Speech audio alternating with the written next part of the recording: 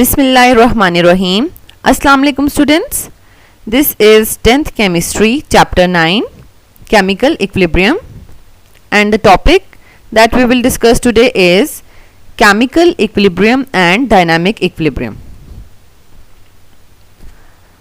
Okay students, chemical equilibrium को understand करने के लिए सबसे पहले हम इसकी definition देख लेते हैं. A state of a reversible chemical reaction in which forward and reverse reactions takes place at the same rate is called chemical equilibrium.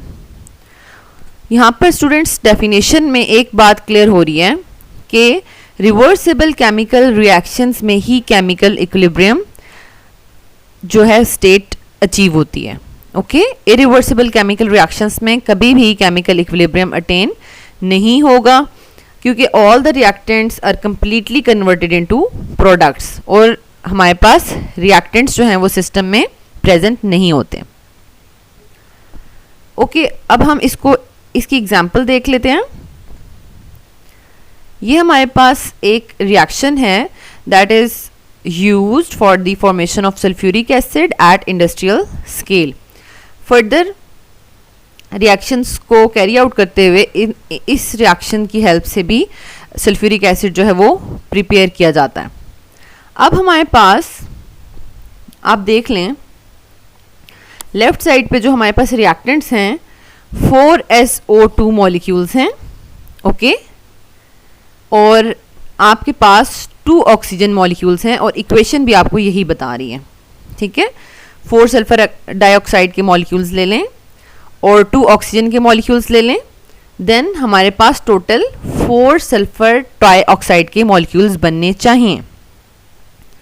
But जब हम सल्फर डाइऑक्साइड के मॉलिक्यूल्स को और ऑक्सीजन के मॉलिक्यूल्स को एक क्लोज्ड कंटेनर में mix करते हैं तो हमारे पास 4 सल्फर ट्राइऑक्साइड के मॉलिक्यूल्स नहीं बनते.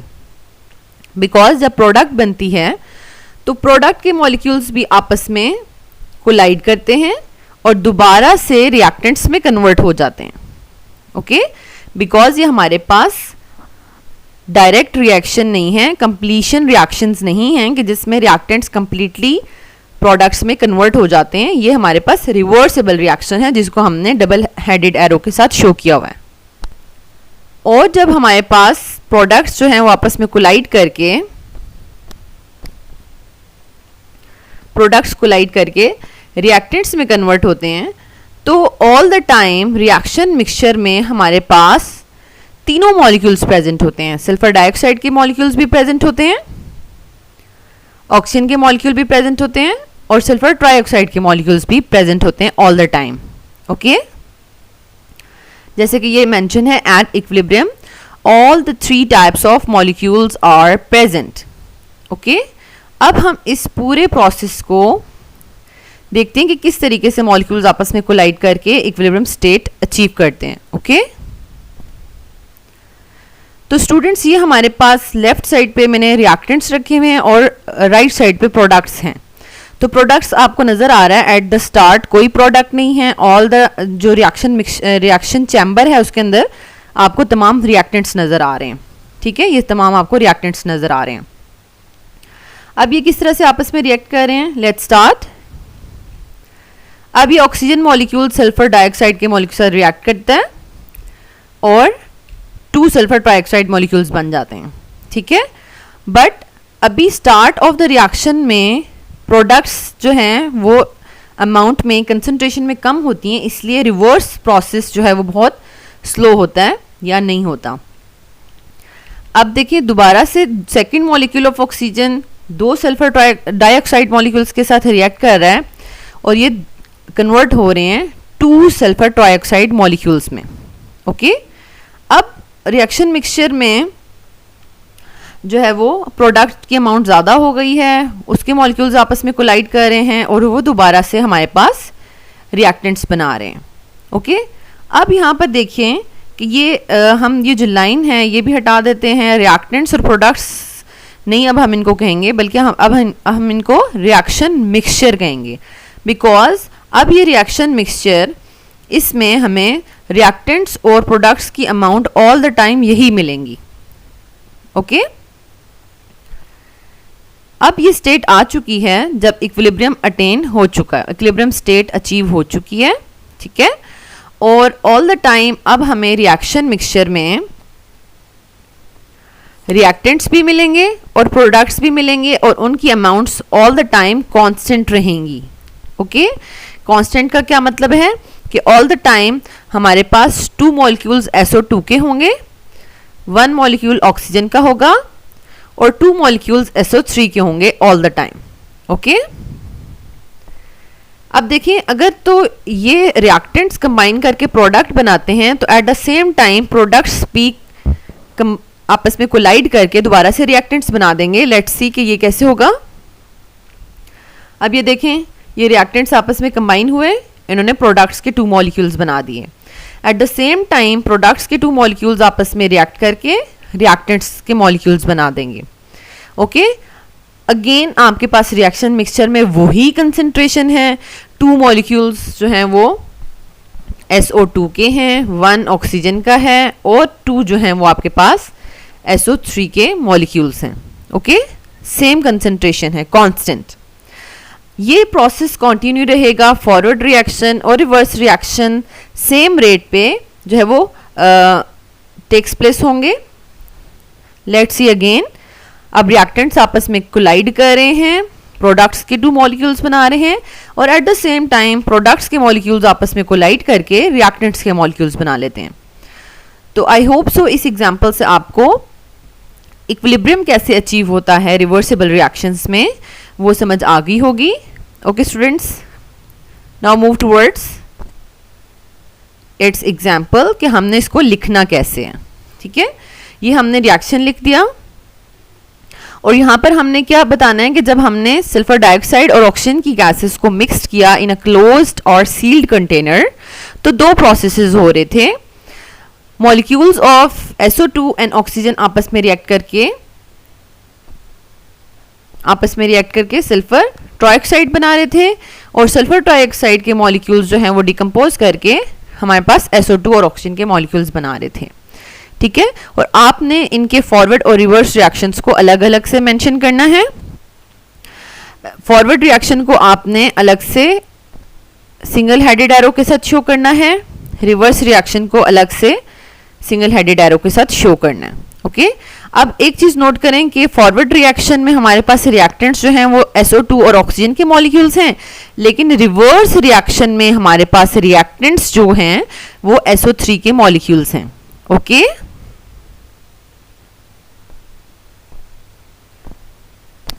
नाउ इट्स एक्सप्लेनेशन में हमने 5 पॉइंट्स डिस्कस करने हैं कि in the start of the reaction concentration of SO3 is low so the rate of reverse reaction is less।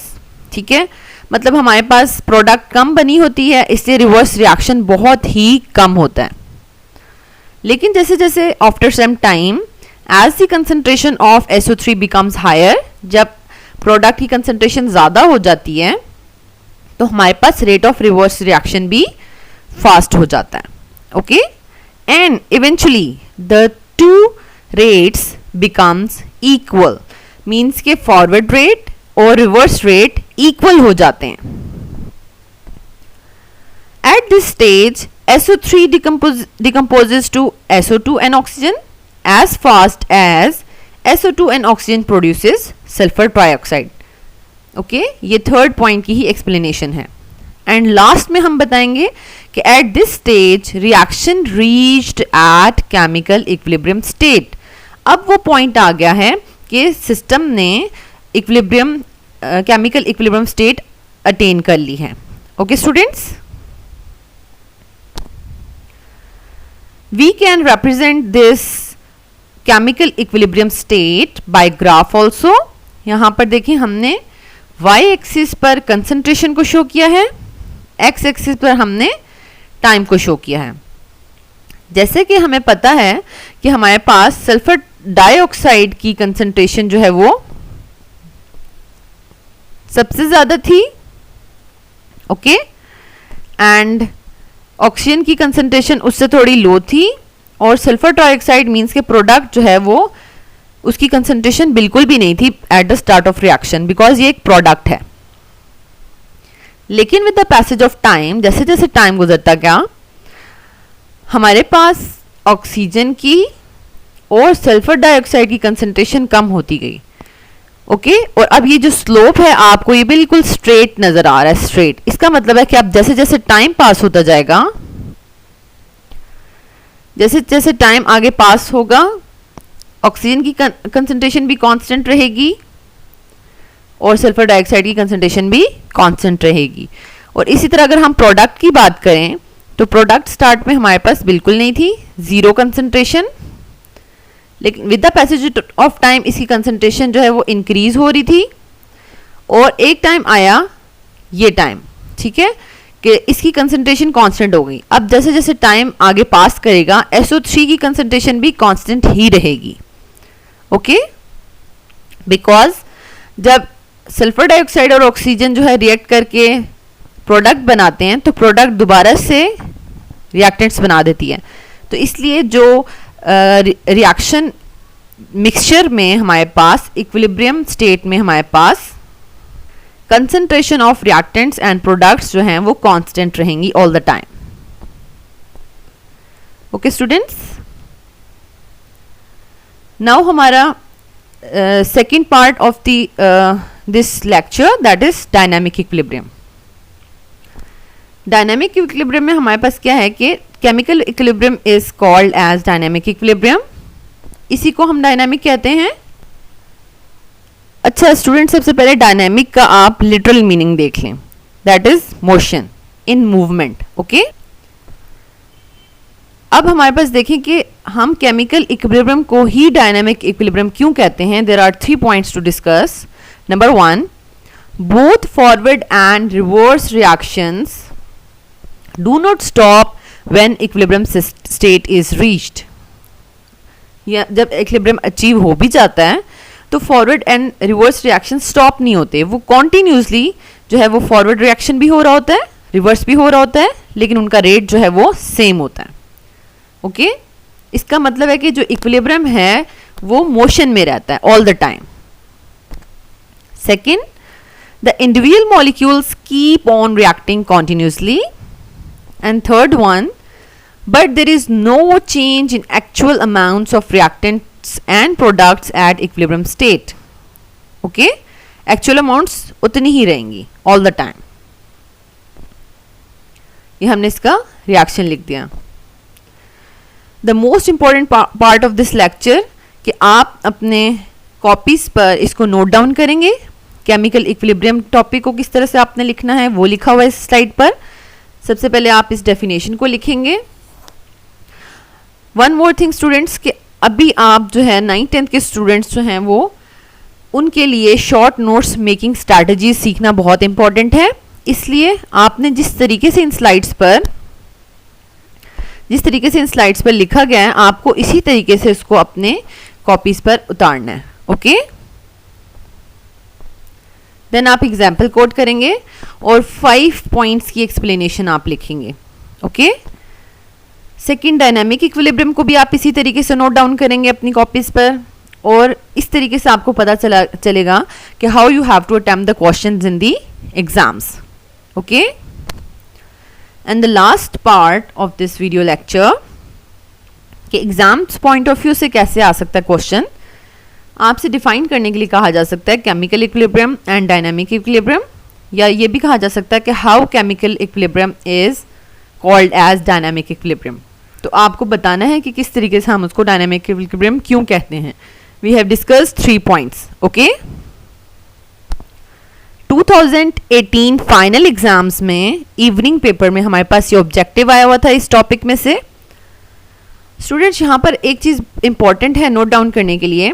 Question देखिए, which one of the following does not happen, क्या नहीं होता when a system is at equilibrium state. Forward and reverse reaction stop, forward and reverse reactions at the same rate. जब equilibrium आ जाता है ना तो ये बाकी सब काम हो रहे होते हैं, forward and reverse reaction same rate पर हो रहे होते हैं। Concentration of reactants and products stop change नहीं हो रही होती, उनकी कंसंट्रेशन कांस्टेंट रहती है। Reaction continues to occur in both directions, ये तीनों काम हो रहे होते हैं, सिर्फ एक काम नहीं हो रहा होता, वो क्या है, forward and reverse reaction stop नहीं होता। तो आपने ये नॉट का वर्ड जरूर नोट डाउन करना है। ओके, नेक्स्ट 2017 फाइनल एग्जाम में हमारे पास ऑब्जेक्टिव आया हुआ था इस टॉपिक में से, at equilibrium state of reversible reaction concentration of reactants and products become equal. यानी इक्विलिब्रियम स्टेट में होता क्या है, कंसंट्रेशंस इक्वल हो जाती हैं, forward and reverse reaction stop हो जाता है, कंसंट्रेशन ऑफ रिएक्टेंट्स जीरो हो जाते हैं, या concentration of reactants and products constant हो जाते हैं। अब ये दोनों तो टोटली रॉन्ग है। अब इक्वल हो जाती हैं कंसंट्रेशंस या कांस्टेंट हो जाती हैं? तो स्टूडेंट्स कांस्टेंट हो जाती हैं। ओके, रिएक्टेंट्स और प्रोडक्ट्स की कंसंट्रेशन इक्वल कभी भी नहीं होती, बट कांस्टेंट रहती हैं। जितनी भी कंसंट्रेशन रिएक्टेंट्स की इक्विलिब्रियम पर आ चुकी है, प्रोडक्ट्स की आ चुकी है, वो कांस्टेंट रहेगी, वो आपस में एक दूसरे के इक्वल नहीं होंगे। मींस के molecules of reactants will not be equals to molecules of the products. Okay, I hope so students आपको chemical equilibrium and dynamic equilibrium का टॉपिक समझ आ गया होगा। Thank you so much for watching this video. अगर आपको ये video अच्छी लगी है तो आप इसको लाइक कर दें, चैनल के बटन को सब्सक्राइब कर दें और बेल के आइकन को जरूर प्रेस कर दें ताकि न्यू आने वाले लेक्चर्स का नोटिफिकेशन आपको मिलता रहे। Thank you so much.